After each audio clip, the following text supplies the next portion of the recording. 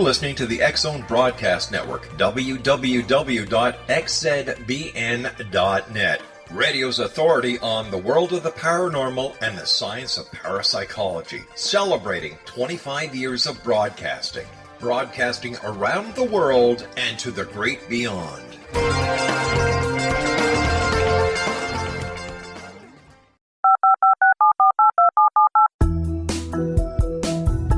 Did you know that when you're on the road with limited data or Wi-Fi, you can still listen to the X-Zone radio show with Rob McConnell, The Science of Magic with Gwilda Wiyaka, High Tech with Corey Kay, and every minute of the 24/7, 365 programming of the X-Zone Broadcast Network by calling 712-432-9459, courtesy of TalkStream Live.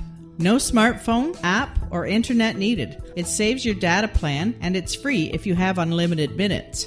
Call 712-432-9459 to listen on any phone, anytime, anywhere. Remember, 712-432-9459 for the best of paranormal, new age, thought-provoking, sci-fi radio programming 24/7, 365.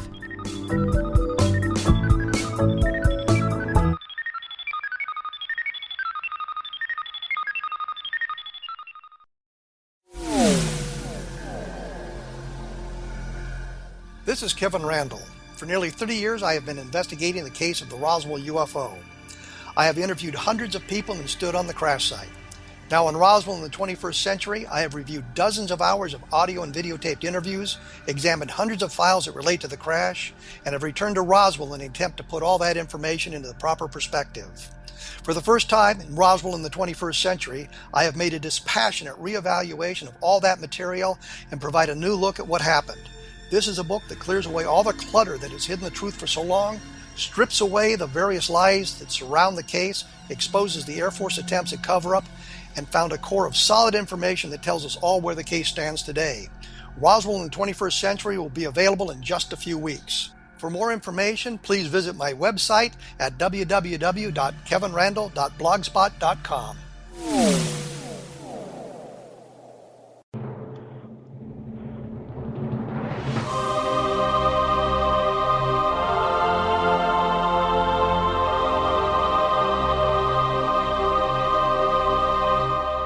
The Science of Magic with Gwilda Wiyaka is largely an opinion talk show. All opinions, comments, or statements of fact expressed by Gwilda Wiyaka's guests are strictly their own and are not to be construed as those of the Science of Magic or endorsed in any manner by Gwilda Wiyaka, REL-MAR McConnell Media Company, its affiliated networks, stations, or employees.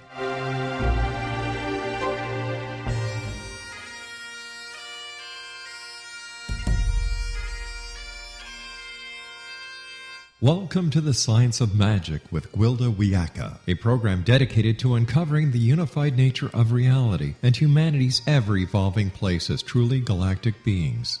For more information on the Science of Magic with Gwilda Wiyaka, visit us online at www.thescienceofmagic.net.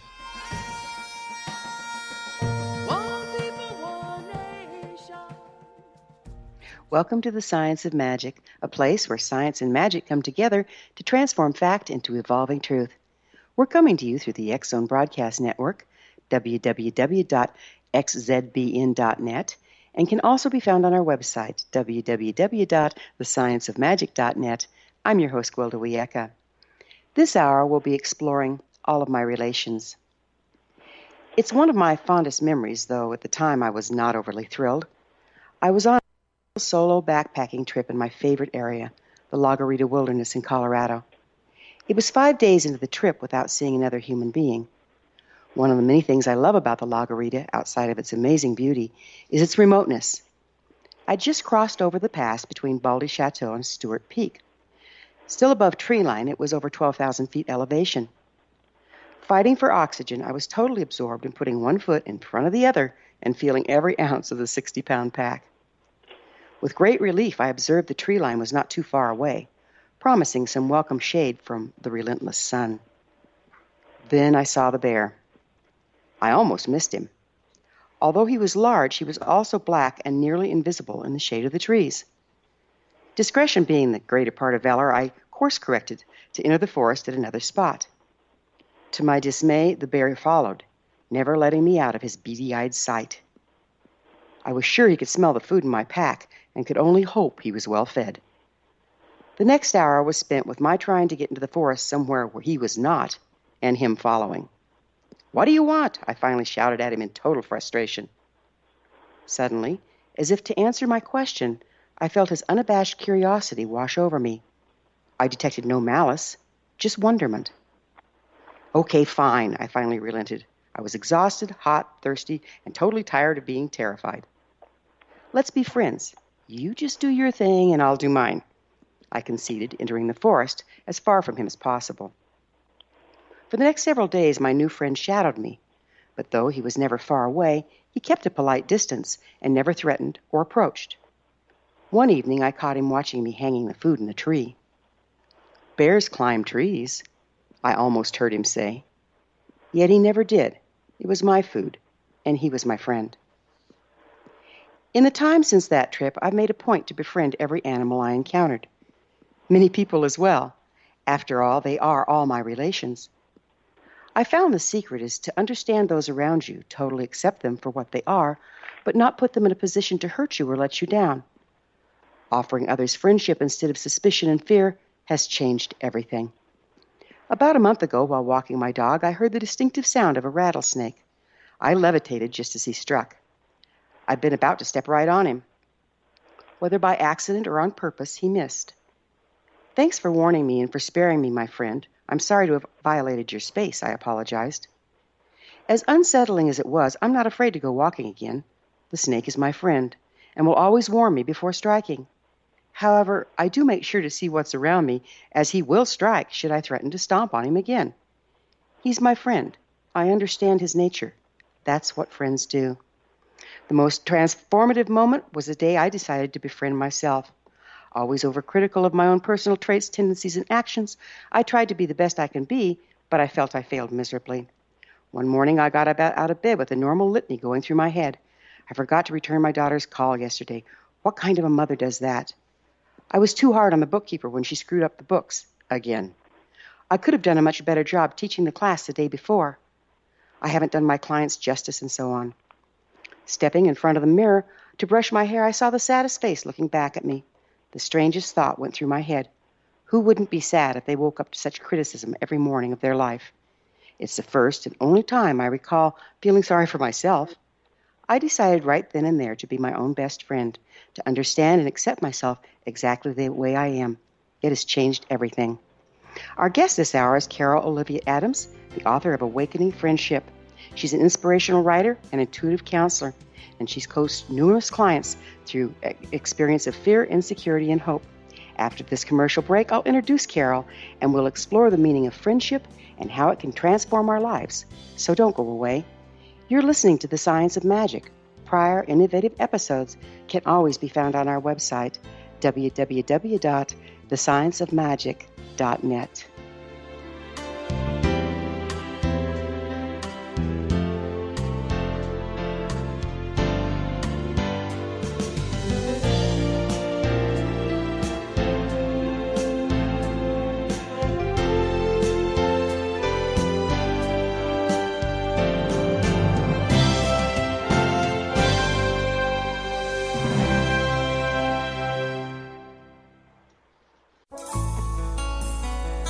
Afterlife expert Roberta Grimes was the first one to say that dying can be fun.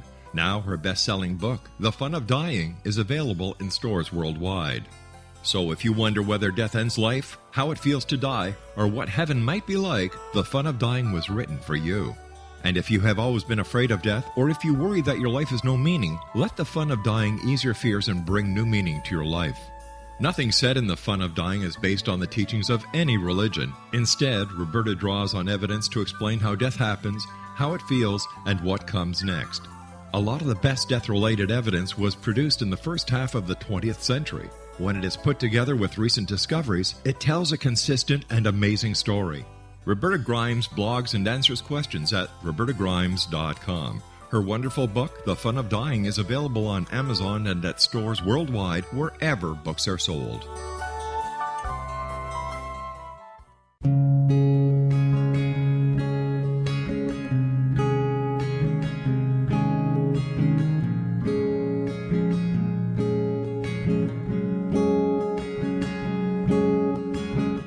Starr began to demonstrate a metaphysical connection to the spirit world as a little girl.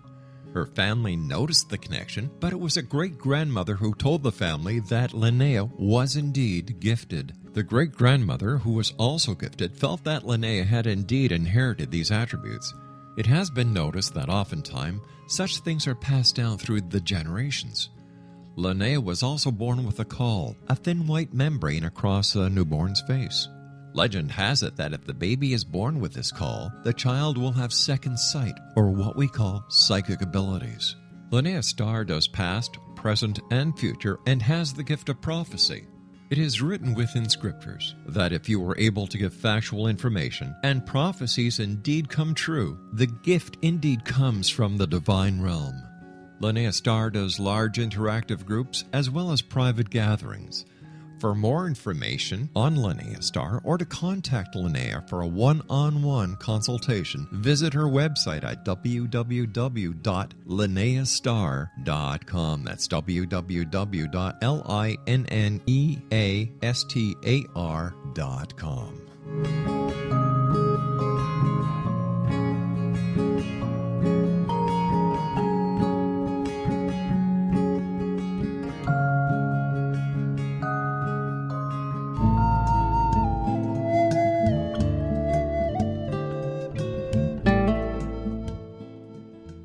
Welcome back. This is The Science of Magic, dedicated to unification and evolution of consciousness. I'm your host, Gwilda Wiyaka. Our guest this hour is Carol Olivia Adams, the author of numerous books, including The Awakening of Friendship. Her website, www.theawakeningoffriendship.com. Carol, thank you so much for joining us on The Science of Magic. Thank you, Gwilda, and I thought that your story was very, very beautiful, how it really related to all of mankind and certainly all the animals and just the universe in general. I thought it was a beautiful story. Thank you. Well, thank you so much, Carol. Speaking of friendship, would you mind giving us a brief definition of friendship as you're referring to it? Well, I'm looking at the human principles of mankind, what we were really created with. Elements, I'd call them of grace, actually, such as wisdom of patience, presence of listening, compassion, inner security, inner peace, courage, power of faith, gift of generosity, gratitude, and essence of love. All principles that, if we just delved into a little bit more, especially in this day and age, remembering who we are as a human being. These principles, to me, really all of them integrated into more of a self-identity of mankind. Beautifully stated. What do you see as magical about friendship, Carol? Magical to me, and that's a very beautiful concept, of course, and I know that's concept of your show. Magical is something that in friendship that can create a higher vibration, a vibration to me of the essence of love and compassion. I think the magic, if we all resonated more and more to compassion and the essence of love, then it can become more and more magical because we're not delving into our mundane episodes, experiences of life.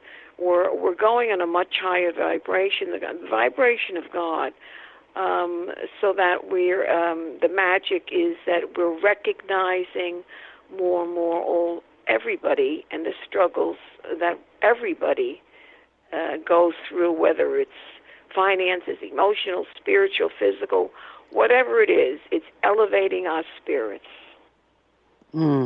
So it's interesting, all of us speak of love. Not everyone speaks of magic or the esoteric, but all of us speak of love, and yet I don't think it can be seen. We can see the effects of it, but it can't be seen. It can't be touched.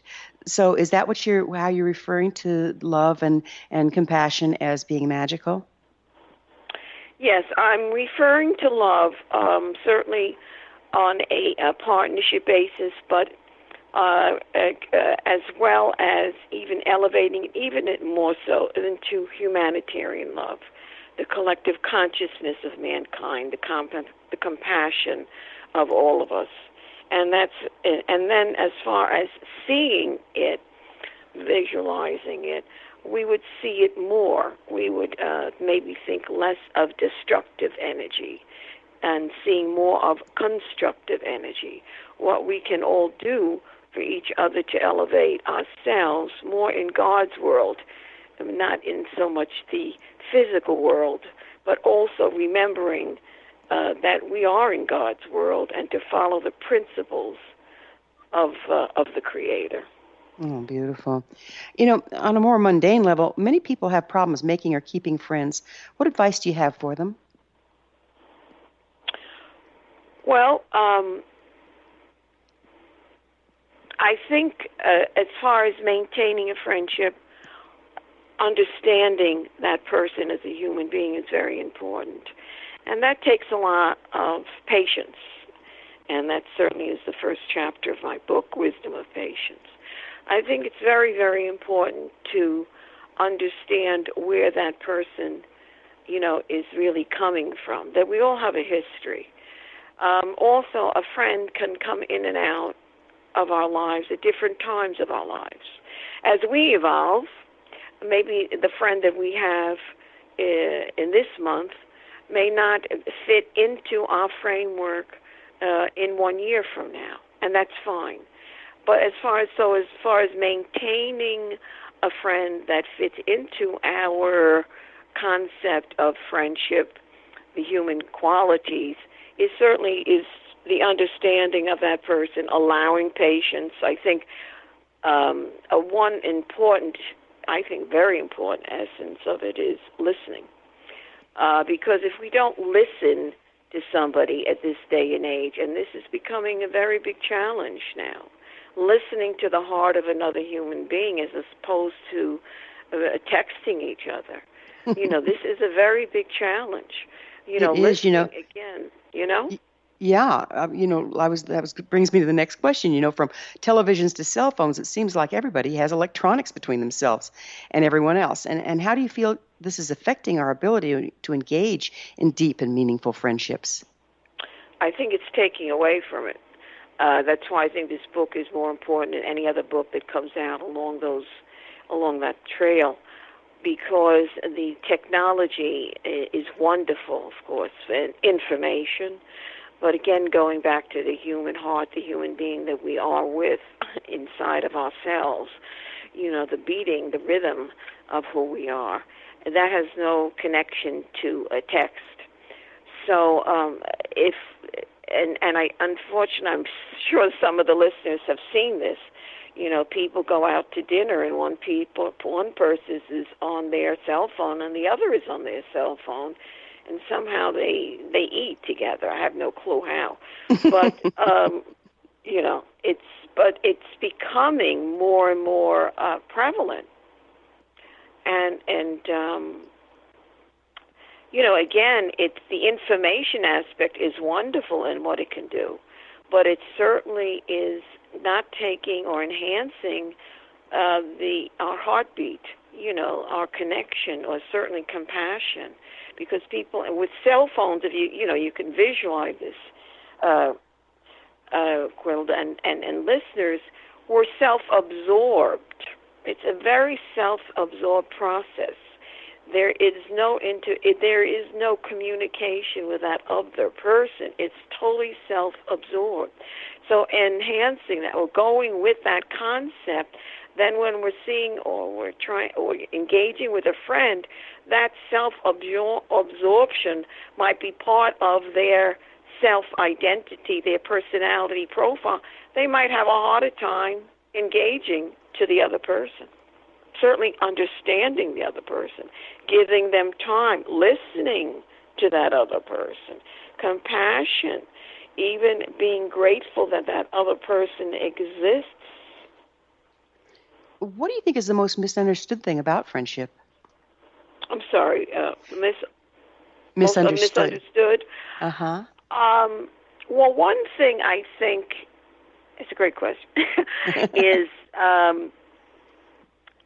I think sometimes initially a word itself can be played out, like awesome. I have no clue what that means anymore, or that is what it is. I have no idea. And friendship, I don't think has really been delved enough into its truest concept. So I think misunderstood, meaning that it's maybe has been taken more lightly than ever. Oh, he's my friend or she's my friend, but without really delving into, well, what are the contributing factors in it? How are they really engaging with the word? Where is their heart? To me, it goes back to the heart. Where is their heart with the word? Is it simply words, or is it much more of a deeper, again, going back to the word understanding of that person as a real human being and really respecting, and I really mean that strongly, respecting their history. Because sometimes things are misunderstood when we don't respect a person's history. Where are they coming from? Everybody has a history, and everybody has some toxic energy in them, and I don't necessarily mean that's bad, but some energy that hasn't been uplifted, an energy that hasn't been resolved or solved or healed. So it's simply going back to that concept of understanding and really respecting that person wherever they're coming from into your world. So what we've done with friendship is the words become tossed around and lost. It became a happy meal instead of a full-blown banquet. Is that kind of what you're saying? We aren't putting the time into the other person that friendship would require. Yes, it's missed the different meals, so to speak. The entree, the dessert, the soup, the salad, in that banquet. Of delight, so to speak. Yes, I would agree with that, Gwilda. Yes. Yeah. Because we say, oh, this is my friend, that's my friend, but we haven't taken the time to know them or ourselves. There's no room for friendship in that. It's just a word at that point. Yes, I think going along with what you just said, sometimes people will use the word and use other words for sense of security. Oh, she's my friend, meaning she's my friend, he's my friend, maybe relating to their own self-identity, in a subconscious way. Maybe it's creating more their family, family of souls, family of friends, and maybe it gives them much more of a sense of security. This country is a quantity basis, not necessarily a quality basis. So sometimes people might have heard the expression, you and listeners, the more the friends, the better. It doesn't necessarily mean anything. It's sometimes you go to a dinner and you have about 20 people sitting around you, but you never really talk to anybody and listen to them. It was more the quantity rather than the quality. So, yes, I certainly agree with your concept, Gwilda. So we're just about out of time on this segment, but I'd like you to speak real quickly to, isn't that why we feel kind of empty inside? We've surrounded ourselves with people, but we've never made the deep connection of friendship. Yes. Yes, thank you, and that's beautiful.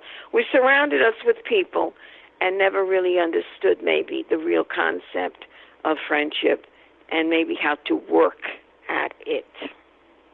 That's the key, isn't it, is work at it. And isn't knowing yourself the first step in knowing other?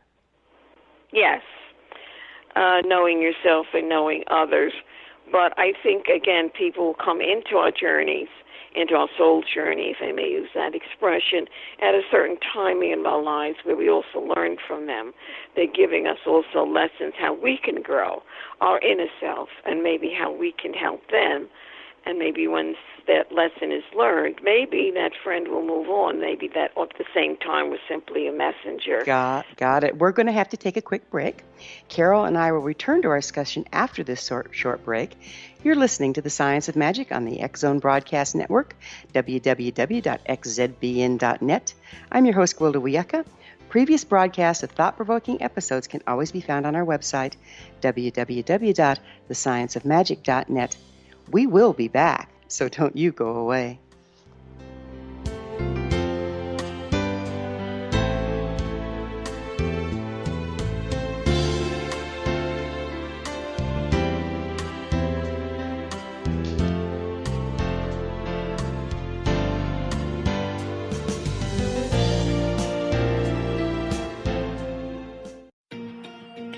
Wouldn't you love to know the secret to everything?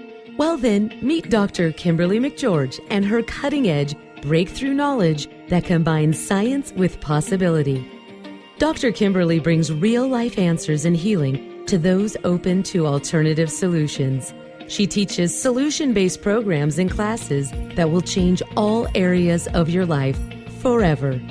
Specializing in conscious creation, intuitive readings, and energy medicine, you can rapidly shift health, relationships, business, and money and abundance challenges quickly.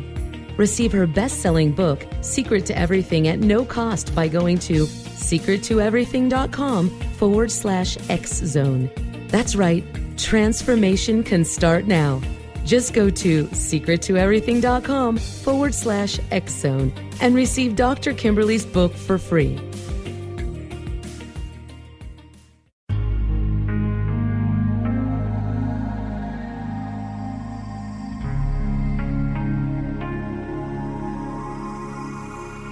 The scientist and the mystic have been on an age-old, relentless search with one thing in common. They seek truth. Their paths converge in the 40,000-year-old practice of shamanism, an ancient science delving to the quantum level of life, facilitating healing, manifestation, and evolution. I'm Gwilda Wiyaka, the founder and director of Path Home Shamanic Arts School, a unique Colorado State certified occupational school training shamanic practitioners and teachers. We also provide classes for empowering personal lives through shamanism. Our certification classes are in week-long segments enabling international participation, and online classes and long-distance shamanic healing sessions are available. Come discover the science of magic in the limitless world of shamanism. www.findyourpathhome.com.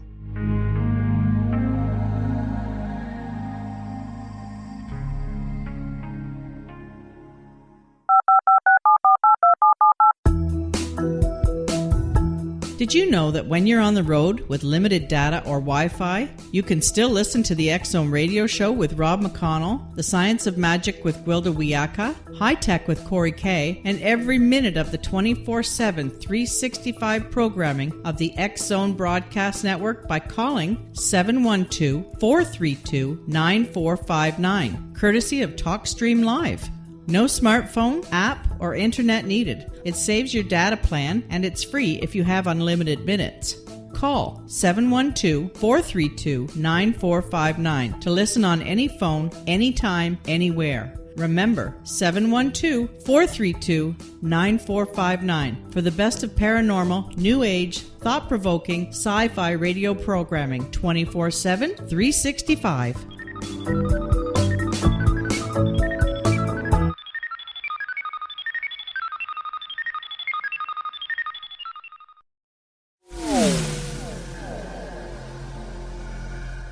This is Kevin Randall. For nearly 30 years, I have been investigating the case of the Roswell UFO. I have interviewed hundreds of people and stood on the crash site. Now in Roswell in the 21st century, I have reviewed dozens of hours of audio and videotaped interviews, examined hundreds of files that relate to the crash, and have returned to Roswell in an attempt to put all that information into the proper perspective. For the first time in Roswell in the 21st century, I have made a dispassionate reevaluation of all that material and provide a new look at what happened. This is a book that clears away all the clutter that has hidden the truth for so long, strips away the various lies that surround the case, exposes the Air Force attempts at cover-up, and found a core of solid information that tells us all where the case stands today. Roswell in the 21st century will be available in just a few weeks. For more information, please visit my website at www.kevinrandall.blogspot.com.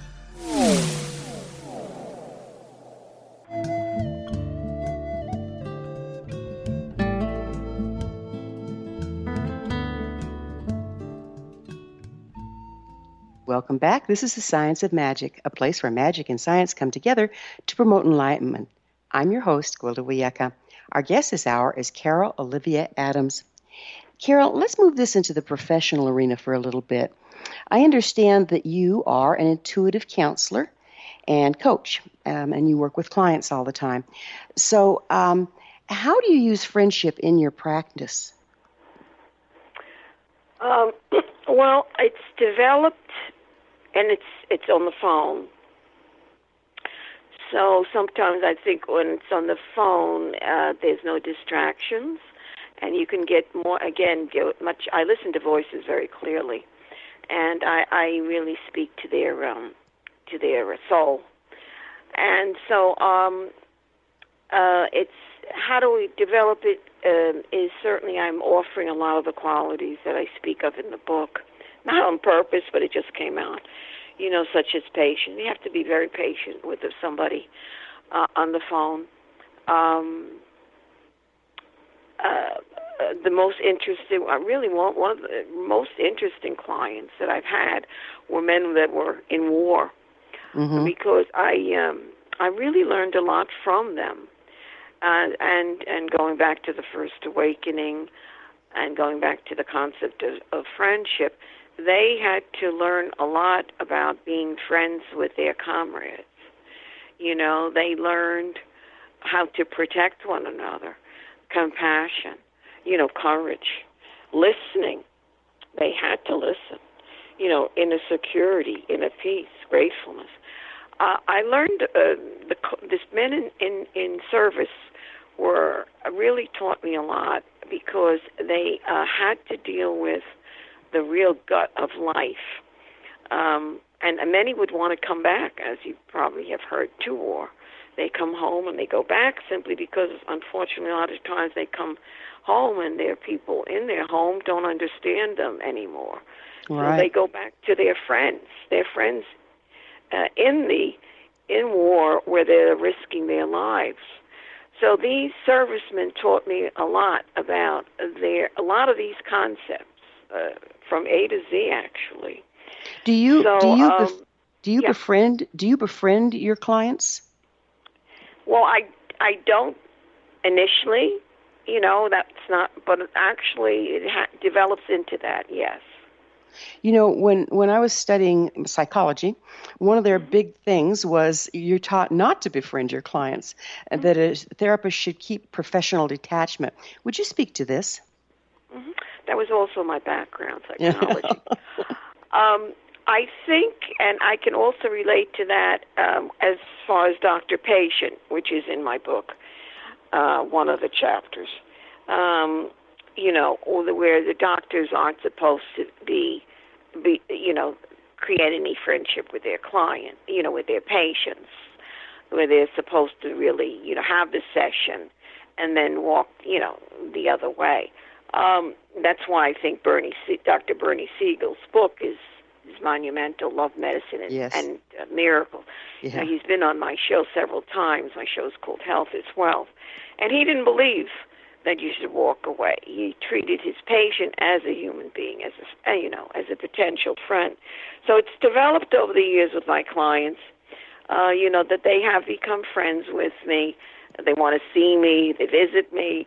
And what's contributed to that, again, I didn't do anything on purpose, is that I'm treating them a certain way. I'm certainly respecting who they are. I don't care what their history is. We all have, we're all innocent victims in a way, like, children, innocent children. And it's developed in that because I think I'm offering maybe a real insight into who they are and speaking to their soul, which I think is very important in any type of spiritual therapy, we would call that, and that you can also relate to a doctor-patient spiritual therapy, which Bernie Siegel talks about in all of his books. His last show he was on, we talked about 365 prescriptions for the soul. Right. I think it's very important. Yeah, but what's interesting is can't befriending one's clients look like charging for friendship? That's cute. Charging for friendship. In what way, Gwilda? Well, if you've got clients and they're paying you to be their client, to counsel them, then Yes. can that be misconstrued as you're charging them to be their friend? I've never had that really, It's never really approached me like that. It's an interesting concept, isn't it? And that's one of the places where the lines can kind of blur. Is the person might start to wonder, well, are they really my friend, or are they just my friend so that I'll keep coming to them? Well, I think what could occur is, for instance, I had a client yesterday, and there was a discrepancy with the money. I'm very fair with my clients with money. Pathetic, actually. But she didn't realize that a certain amount, she overlooked a payment. So when I approached that, I could see all of a sudden it created, and she considers her a friend. All of a sudden now there's creating a business approach, Right. So you have to kind of cross the fine line with maintaining still the understanding of the friendship, and not letting that interrupt with the business aspect. Yeah, it's a delicate dance, isn't it? Yeah. How can you be sure that by befriending your clients, you're acting in their best interest rather than fulfilling your own needs? Because I'm not doing it on purpose. They're always seeking me. I have one client who was in war and Vietnam, and he would call me on the phone, and he said, even if I wasn't giving him a session, I was giving him a session, but prior to starting the session, even though he was talking to me, he wanted me to charge him. So I'm not doing it. I'm not doing it on purpose. Okay. So I think what happens is they see through me, and they see through my honesty. Right. And I think that's how it happens. Right. So do you find there's a risk of an unhealthy dependency that can result from becoming too close to your clients? Well, that's a great psychological question.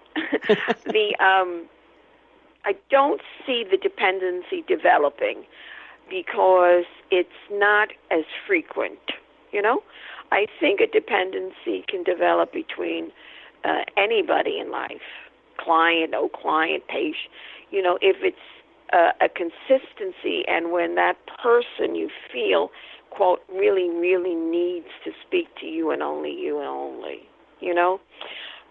that can become a dependency. I had one client that relied very, very heavily on a famous guru, and she would help him a lot in India, in I think Bombay, and she became very, very dependent on him for advice.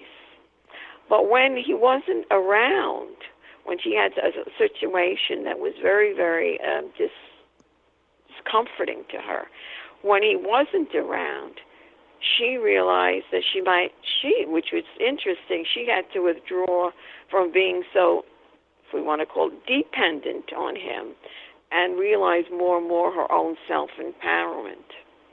Got it. So, you speak of offering many fine things to a friend: patience, compassion, and listening, just to name a few. How important do you think it is to be able to receive these from our friends as well, and why?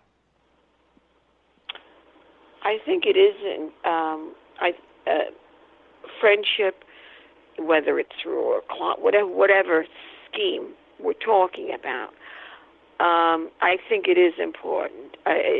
You might not necessarily initially expect it, but I think everything in life goes back to one of the ingredients of nature, and I always go back to nature because nature to me is the wisdom of life. It's Very balance, well put. balance, right? Yeah. Well, we always try to remember, we don't try to remember, but we are ingrained with it. We can't help it because we're part of the human existence and part of nature. So when we feel that the nature or the balance isn't coming back to us, but when we've listened and listened, and they're not listening to us, I think a lesson for us, and it's a good lesson, is certainly to back off and maybe disengage with that friendship, because we've learned from it, and which is great. and then we simply move on, open up a door will open, whatever you want to call it, a window, who the heck knows, and somebody else will enter into our journey, which fits in more to the balance, of friendship.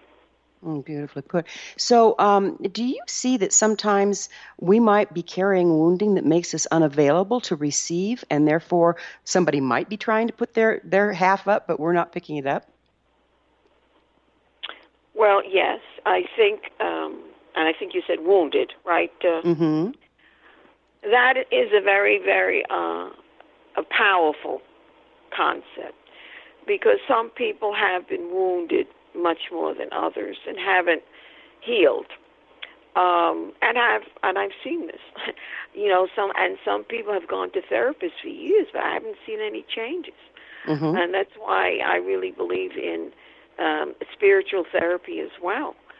But I think is wounded is certainly to understand the depth of that wound, where it emanated from, and then show as much compassion as possible. Great movie was Dead Man Walking with Sarandon. Mm-hmm. She acted as a nurse, not as a nun, with, I forgot his name, but very well known. He was in prison. She was continuously showing him her love, her loving energy, until he actually turned around and told her he loved her. So I have another client, and her husband was very abused, a lawyer, and he didn't want to hear the word. But now he, through her loving energy, turned around and tells her all the time he loves her. Mm. So these things might not always happen with wounded people, but I do think it's part of each person's journey to expand with love, so that every person that walks into our life, that we also expand in our hearts like a balloon with love, because each of us have our own issues. And issues to me is not necessarily negative. It's just things we haven't cleared up. And I'm not convinced we can ever clear up everything. I don't think we can. There's always going to be something dangling. It'd take a while, wouldn't it? Right? You know what I'm saying? How long we're supposed to be here. But, as long as we address it and keep on expanding with love, we're healing ourselves, and we're trying to help the other person. So rather than try to dig in and find all the problems, we're flooding the situation with the energy of love and hoping to see change that way. Really nice concept. Carol and I will be back on the flip side of this commercial break. You're listening to The Science of Magic on the X-Zone Broadcast Network, www.xzbn.net, the place where altruistic professionals of science and the esoteric create common ground for the betterment of our world. You can always listen to thought transformative broadcasts on our website, www.thescienceofmagic.net. We'll be back, so don't go away.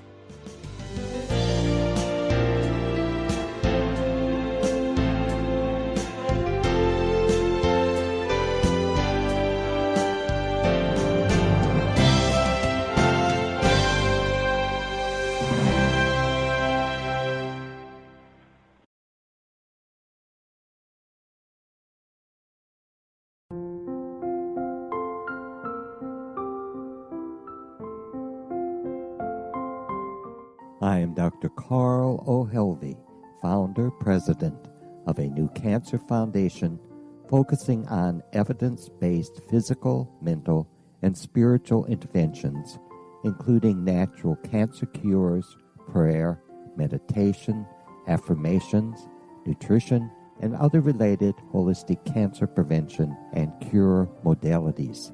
These are used in cancer education, research, and financing care. I ask for your help to continue this important work by donating at www.holisticcancerfoundation.com.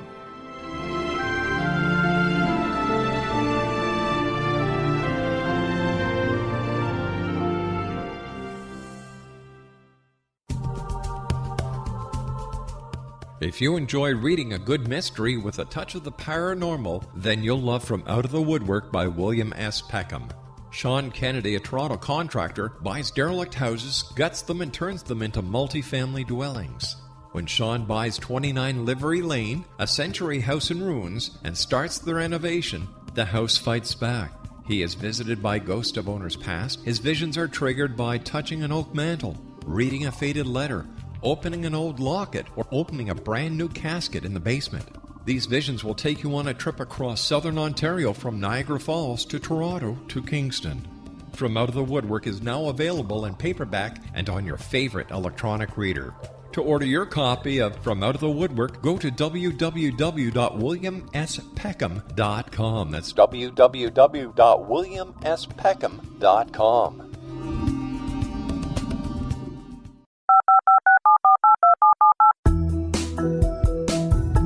Did you know that when you're on the road with limited data or Wi-Fi, you can still listen to the X-Zone radio show with Rob McConnell, The Science of Magic with Gwilda Wiyaka, High Tech with Corey Kay, and every minute of the 24/7, 365 programming of the X-Zone Broadcast Network by calling 712-432-9459, courtesy of TalkStream Live. No smartphone, app, or internet needed. It saves your data plan, and it's free if you have unlimited minutes.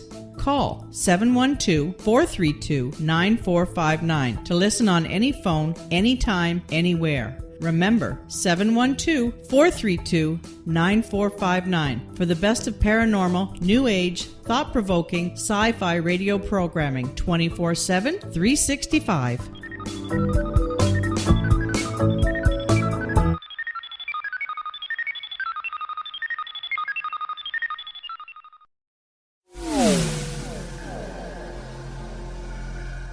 This is Kevin Randall. For nearly 30 years, I have been investigating the case of the Roswell UFO. I have interviewed hundreds of people and stood on the crash site. Now in Roswell in the 21st century, I have reviewed dozens of hours of audio and videotaped interviews, examined hundreds of files that relate to the crash, and have returned to Roswell in an attempt to put all that information into the proper perspective. For the first time in Roswell in the 21st century, I have made a dispassionate reevaluation of all that material and provide a new look at what happened. This is a book that clears away all the clutter that has hidden the truth for so long, strips away the various lies that surround the case, exposes the Air Force attempts at cover-up, and found a core of solid information that tells us all where the case stands today. Roswell in the 21st century will be available in just a few weeks. For more information, please visit my website at www.kevinrandall.blogspot.com.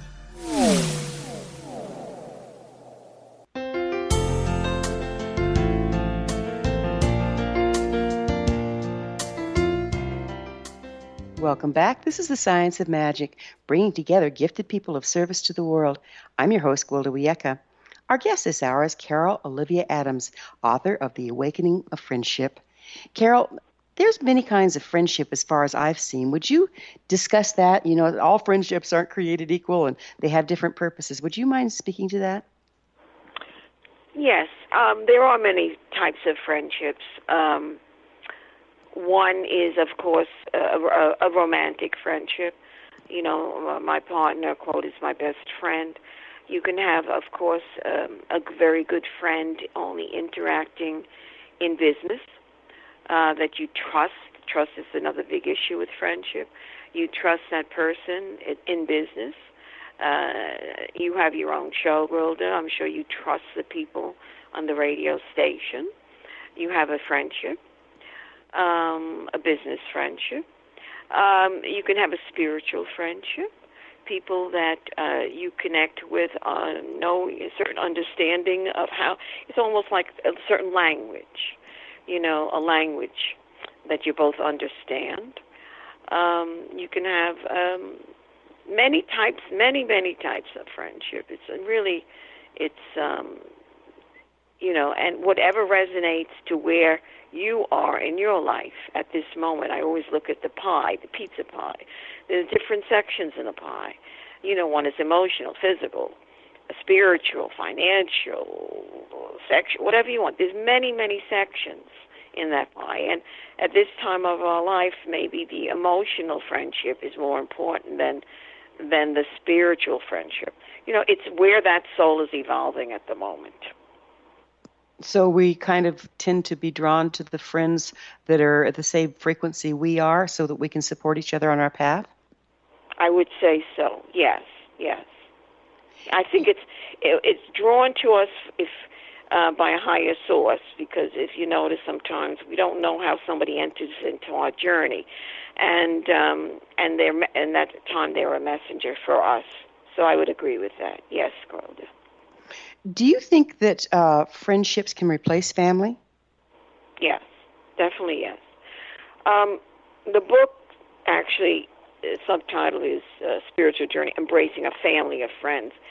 I think there's I've been studying this too. You know, children are we're all born into a genetic blood tie family.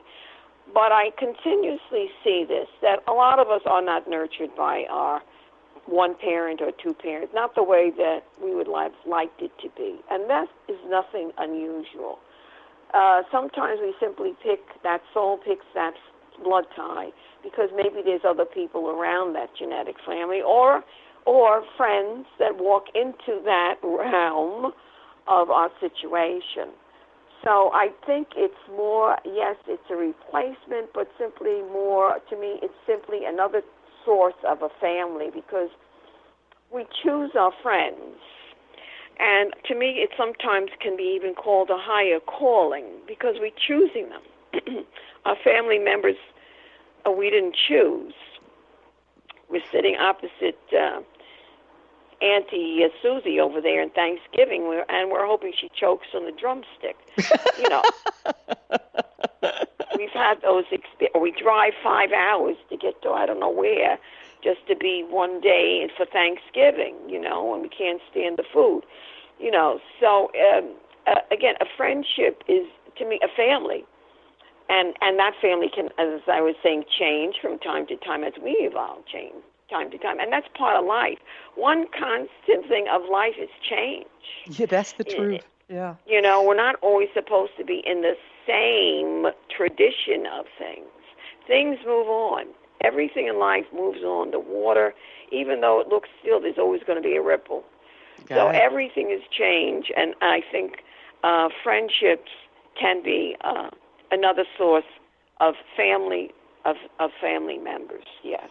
So, do you have any advice on how we can make friends out of our family members? I mean, they aren't just here happenstance. They're, you know, some people say we do choose the family we're born into. Mm-hmm. I think to be open to it, and that can be sometimes an issue.